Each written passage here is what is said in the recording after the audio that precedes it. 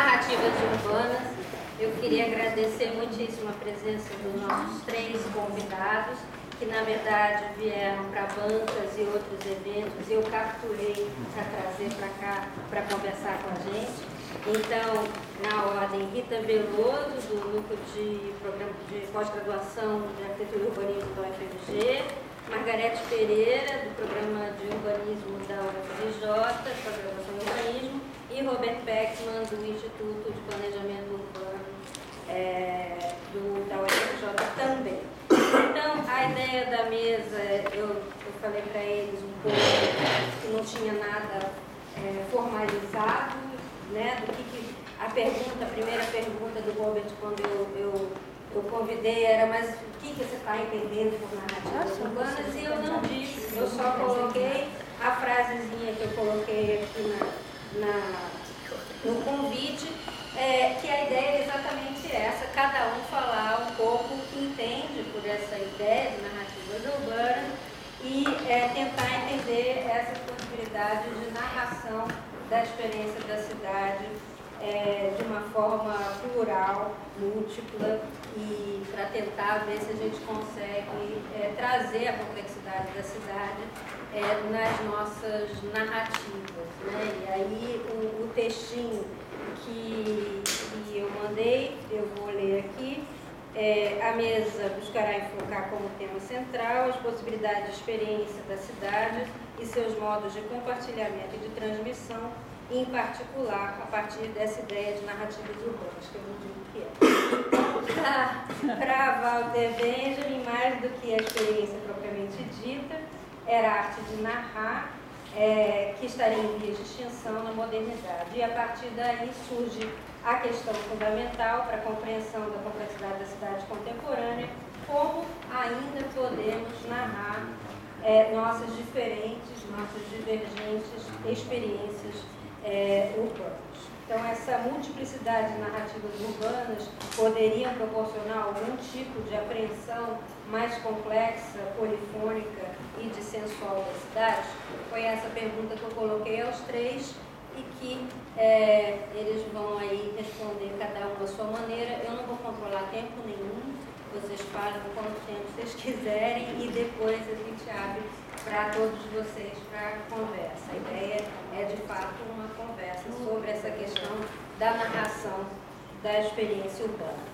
Então, a gente começava com o Robert. A palavra é toda sua. Está dando para escutar aí? Está tudo bem? Bueno. Oi a todos, obrigado pelo simpático convite. Não chegou lá, não, vamos esperar a pessoa Pasqualina. Chegou. Que alegria.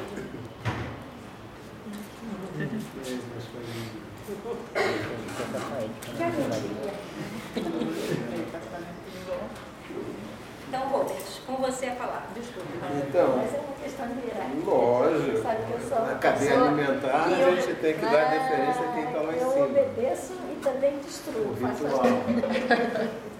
Bom, eu tenho um título controverso para o que eu vou falar. Na verdade, eu escrevi um texto para ler, vou dar-lhes uma pequena canseira, mas o texto é simpático porque fala justamente de literatura e é uma coisa que acho que ninguém é infenso a isso. E eu comecei a ter um problema desde o começo com o título.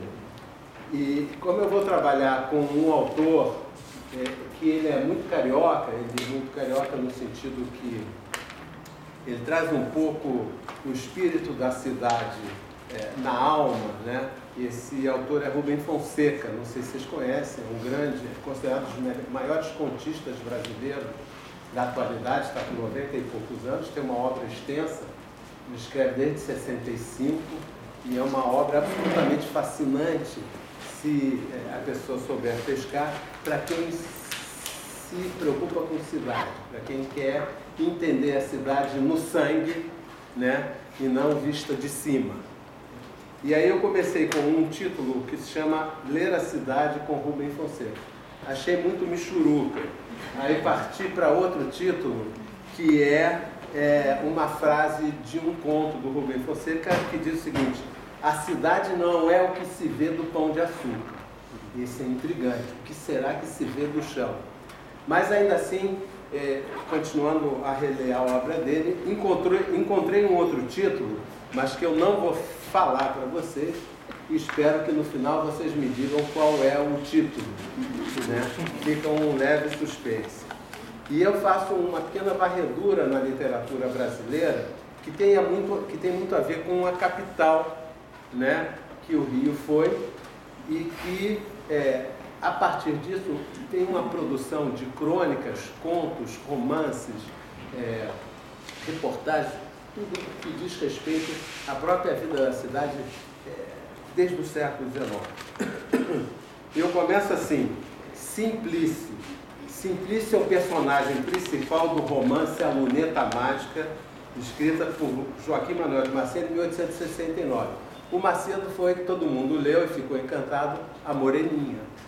Acho que vocês se lembram. Simplício é completamente míope, física e moralmente. Além de nada enxergar que não fossem vultos, não consegue concatenar duas ideias e por isso não consegue fazer juízo do mundo em que vive. Indo consultar um feiticeiro armênio, especialista em ótica, ganha de presente uma luneta que é mágica e que, utilizada em certas condições, permite que se veja além da aparência. Assim, de posse da capacidade de enxergar, Simplício passa a poder fazer juízo do seu meio. Começando por observar sua família e a vizinhança, Simplício vai ampliando o âmbito de sua visão à medida que começa a passear pela cidade.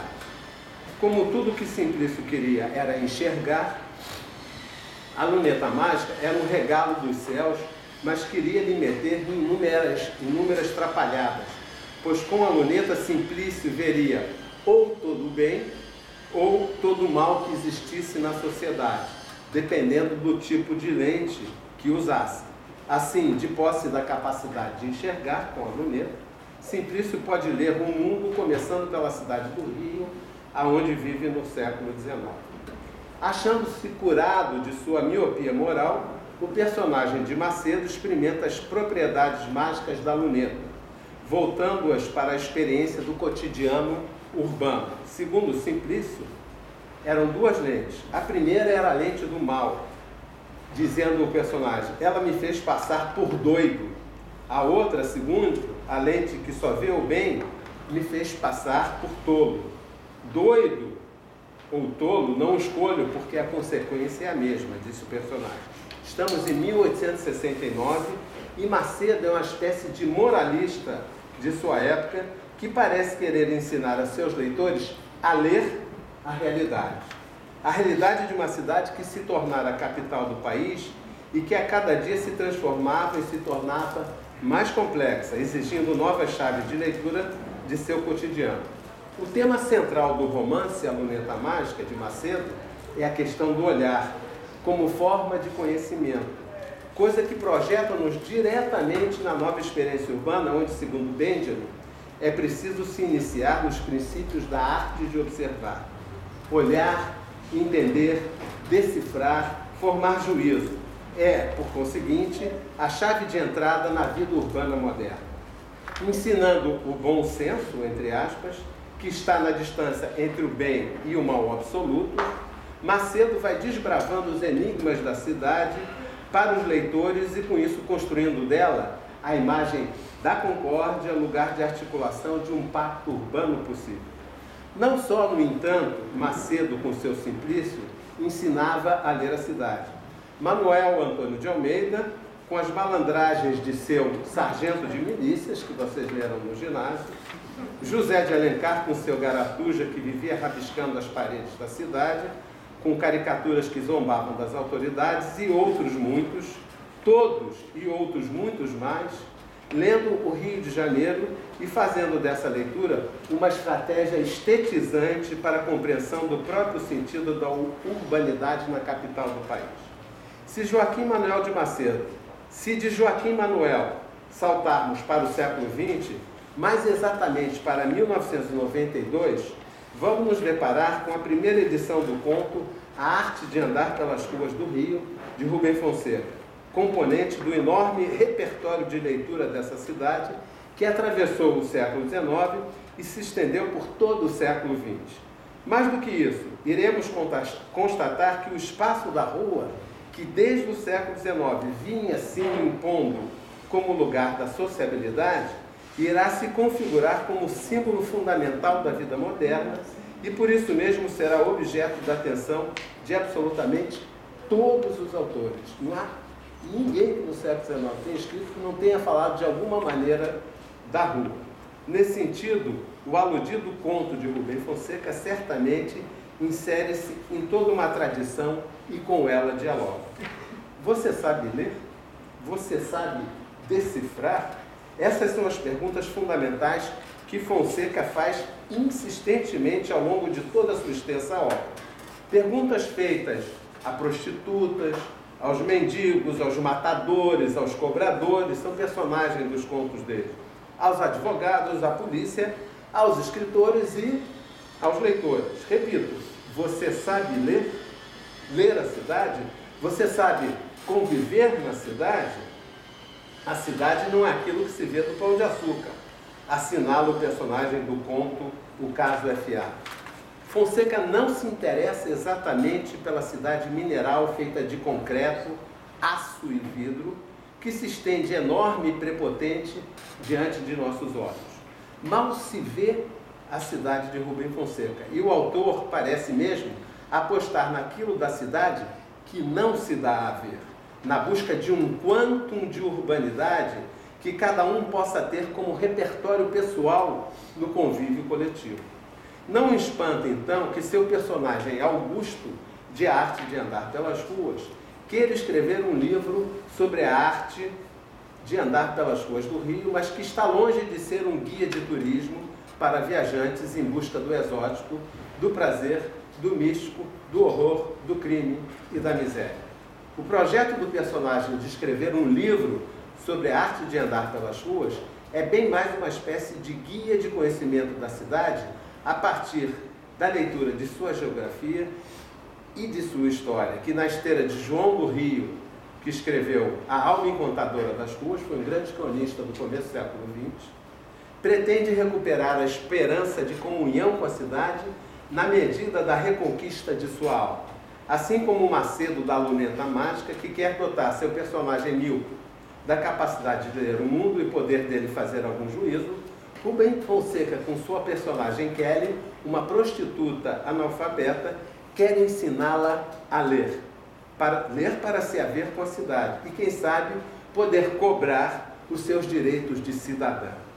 Desconfiando de qualquer retórica, Fonseca propõe uma escrita que possibilite a leitura como arma de defesa contra a cultura de massa que assola a cidade, contra a deterioração das relações humanas. Entende-se, pois, que o livro que Augusto está escrevendo não será um guia arquitetônico do Rio Antigo ou compêndio de arquitetura urbana. Augusto quer encontrar uma arte e uma filosofia peripatéticas que o ajudem a estabelecer uma melhor comunhão com a cidade. Sou Vitor ambulando, diz Sócrates, diz o personagem Augusto. O que é isso? Ensinar a cidade enquanto se caminha por ela, como se fazia na polis. Caminhar para resolver os problemas, enquanto se perambula. Espremidos entre a escrita e a leitura da cidade e atravessados pelas vicissitudes da vida urbana, os personagens fonsequianos experimentam a cidade na crueza de suas pequenas tragédias, daqueles pequenos tudo frente aos que tudo podem. A cidade de Fonseca está, portanto, verdadeiramente nos afetos do encontro e do desencontro, nas complexidades da sociabilidade, própria às formas não tradicionais de subjetivação na cidade. Abro aspas. Somos continuadores da tragédia grega, dirá um personagem do conto Romance Negro. O encontro com o outro, a insuportabilidade do outro ou a paixão pelo outro atira-nos no coração do drama citadino. É o estranho que nos lembra as regras da convivialidade. ele constitui-se em regulador do que seria considerado agir de modo apropriado, donde conclui-se que o outro é fundamental na construção do eu. Nesse sentido, a realidade das coisas é assegurada pelo compartilhar significados com o outro. Veja-se o conto O Outro, do livro Feliz Ano Novo, de 1975, que revela o embate entre o alto executivo e um pedinte de rua que o assedia. O tremendo mal-estar produzido pelo pedinte acabará fazendo com que o pacífico e trabalhador executivo o assassine. Fonseca dialoga com a tragédia em busca de alguma transcendência, para sempre perdida no cotidiano das grandes cidades, onde a figura do herói não é mais possível diante da crise contemporânea dos valores. Seus personagens vivem numa cidade em que, ao eclipse da ordem do transcendente, seguiu-se o eclipse da crença na razão. Sem Deus e sem razão, o que será das cidades, se indaga ironicamente Rubem Fonseca sobre a ausência de qualquer referência a pautar o destino dos pobres viventes urbanos. Se a cidade se encolhe diante da banalidade do cotidiano, se o próprio sentido da ordem urbana se perde, se o conflito deixa de ser público, se despolitiza e passa a se limitar à esfera doméstica, como equacionar a condição humana de simples mortais, das pequenas criaturas com suas pequenas tragédias pessoais? No limite, tal equacionamento da condição humana na cidade se dará diante da condição urbana da cidade, que empurra os pequenos tudo para o desespero da sobrevivência. Na selva da cidade, a condição urbana impõe à condição humana escolhas nem sempre éticas, mas fundamentais à sobrevivência do indivíduo. Mas deixemos que Fonseca nos mostre isso e nos revela como a condição urbana se torna fator determinante na constituição da condição humana de seus personagens.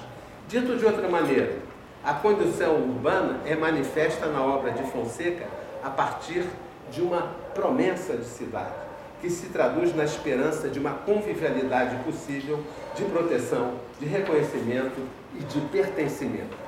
Tal promessa de cidade permeia o imaginário de gozos, confortos e ideais de ascensão social, sonhados pelos personagens, coisa já presente no seu segundo livro de contos, A Coleira do Cão, de 65. No conto A Força Humana, como no conto A Força Humana. A cena que vou narrar se passa numa academia de halterofilismo, onde o dono prepara os atletas para disputarem o concurso de melhor físico do ano. Conversando com um dos atletas, o dono, o treinador, lhe afirma: posso fazer você famoso. Você quer ficar famoso? Ao que outro aluno responde: mas para quê? Diante da inesperada resposta, o treinador tenta explicar: em primeiro lugar, para não andar esfarrapado como um mendigo e tomar banho quando quiser. E comer peru, morango. Você já comeu morango? E ter um lugar confortável para morar. E ter mulher, não uma nega fedorenta, uma loura, muitas mulheres andando atrás de você, brigando para ter você, entendeu? Ah, vocês nem sabem o que é isso, vocês são uns bundas sujas mesmo. Fecha aspas.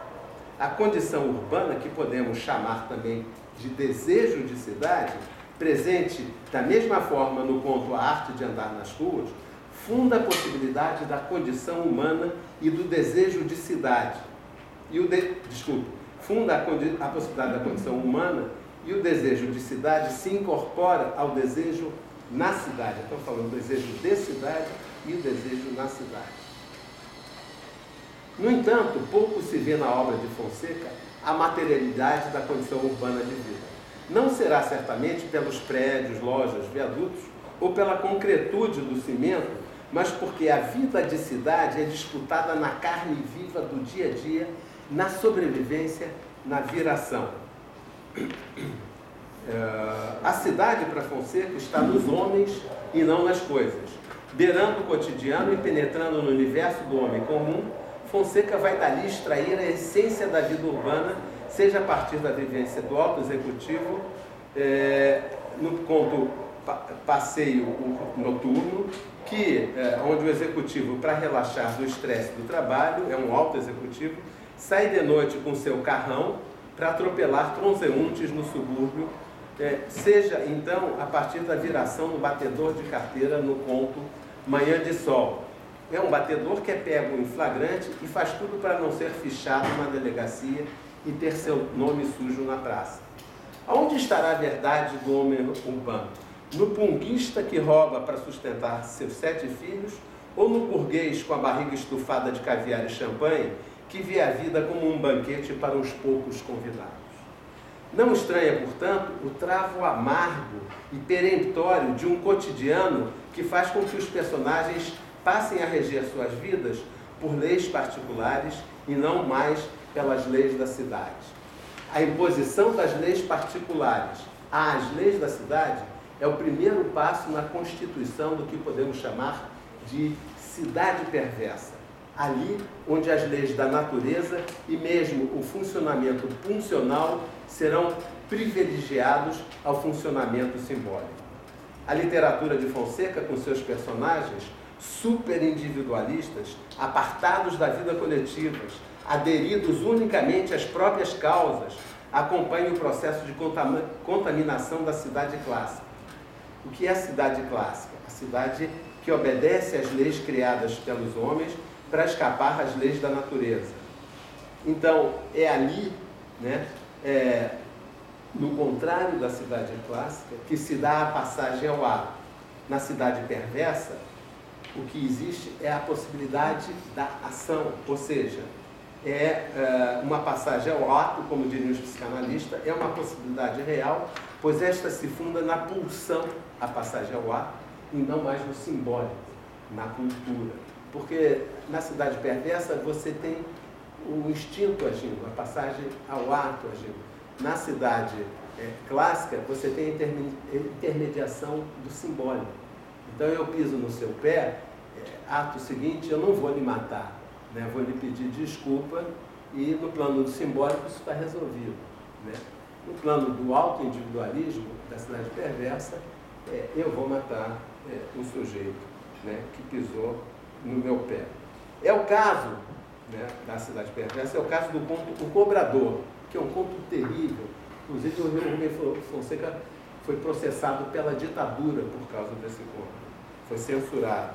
É um conto exemplar da condição de anomia na cidade, coisa que favorece a irrupção do imediatismo e da violência. E aí eu cito um trecho do conto. A rua cheia de gente dentro da minha cabeça e às vezes fora. Está todo mundo me devendo. O conto chama O Cobrador. Estão me devendo comida, buceta, cobertor, sapato, casa, automóvel, relógio, dente. Estão me devendo. Eu sou uma hecatombe. Não foi nem Deus nem o diabo que me fez um vingador.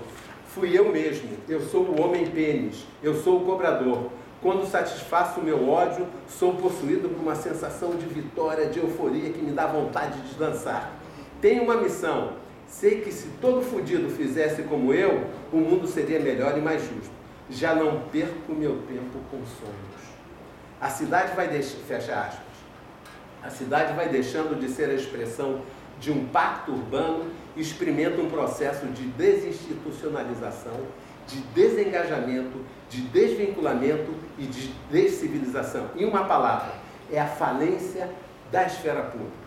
O olhar atento de Rubem Fonseca sobre a cidade, na medida em que a esfera pública encolhe cada vez mais, faz da urbe objeto de sua escrita em contos que mais parecem instantâneos fotográficos da paisagem urbana e humana, onde nada do que é urbano, nada do que é humano lhe é estranho. Escrevendo sobre pessoas empilhadas na cidade, enquanto os tecnocratas afiam o arame farpado, como no conto Intestino Grosso, Fonseca confirma que é na cidade que o ovo da serpente está sendo chocado. Diz um personagem do conto, abre aspas, eu nada tenho a ver com Guimarães Rosa. Passamos anos e anos preocupados com que alguns cientistas, michurucas, cretinos, ingleses e alemães disseram sobre a impossibilidade de se criar uma civilização abaixo do Equador. e decidimos arregaçar as mangas, acabar com os papos de botequim e, partindo de nossas lanchonetes de acrílico, fazer uma civilização como eles queriam. E construímos São Paulo, Santo André, São Bernardo e São Caetano, as nossas Manchesteres tropicais com suas sementes mortíferas. Até ontem, o símbolo da Federação das Indústrias do Estado de São Paulo eram 3 chaminés soltando grossos rolos negros de fumaça no ar. Não dá mais para Diadorim, fecha aspas. Fonseca tem experimentado em sua obra mostrar o endurecimento da cidade causado pela perda da comunicabilidade entre os seres humanos, o impacto disso na estruturação de novas formas de subjetividade. No conto Ganhar o Jogo, do livro Pequenas Criaturas, o narrador confirmará essa sentença, abre aspas, um sujeito como eu, branco, miserável, magro e famélico, não tem irmãos nem aliados, sou sozinho no mundo, fecha aspas. No autor, a perda da comunhão entre os homens e a cidade e, consequentemente, entre os próprios homens, leva à sua condenação à solidão, ao isolamento, à amargura, ao desafeto e à desconfiança. Se repararmos no movimento do autor, de livro para livro, notaremos que os personagens são arrancados a cada obra da intimidade familiar, da convivialidade grupal e jogados, lançados na amplidão do mundo da cidade, na cidade imprevisível. A partir daí, sua escrita desenha um percurso rumo à constituição de uma temática cujo fio condutor é o frágil equilíbrio entre a subjetividade e a objetividade das relações sociais, entre a casa e a rua, entre o público e o privado, entre a ternura e a violência, entre o acolhimento e o desprezo. Sabedor da inexistência de uma verdade final, Fonseca não ignora que as categorias do verdadeiro e do falso, do bem e do mal, se tornaram obsoletas e não será sem motivo que ele lança mão de um certo hiperrealismo para nos dar a exata medida do tamanho do drama que o viver na cidade impõe. Tentar arribar à verdade pelo excesso de realidade, mas como fazê-lo se o próprio Rubem não acredita em uma verdade final? O bem e o mal não estando absolutamente na essência das coisas. Por isso mesmo, a linguagem ocupa o vazio deixado por uma verdade final inexistente. É de ficção, de linguagem, pois, que se trata, melhor dizendo, de nomeação do mundo, das coisas desse mundo, de dar nome e, consequentemente, sentido ao que o homem faz no mundo e ao que faz nas cidades em que habita. Tudo em Fonseca trescala ao embate entre realidade e verdade. As epígrafes de seus contos, os títulos dos seus livros, seus personagens, suas histórias, as cidades sob cuja sombra seus personagens se municiam com o amor ou com o rancor do mundo. O paroxismo entre realidade e verdade atravessa toda a obra do autor. Veja-se o personagem Mandrake, que reaparece no último livro de contos, chamado Calibre 22, de 17. Personagem esse Mandrake, useiro e vezeiro da literatura fonsequiana, Mandrake é um detetive inspirado nos antigos gibis. Vocês lembram desse Mandrake fantasma? O cara que fazia mágicas e combatia os bandidos, assim, fazendo ilusões de ótica. É um detetive inspirado nos antigos gibis, onde com suas mágicas, com seu ilusionismo, faz crer que o que parece real seja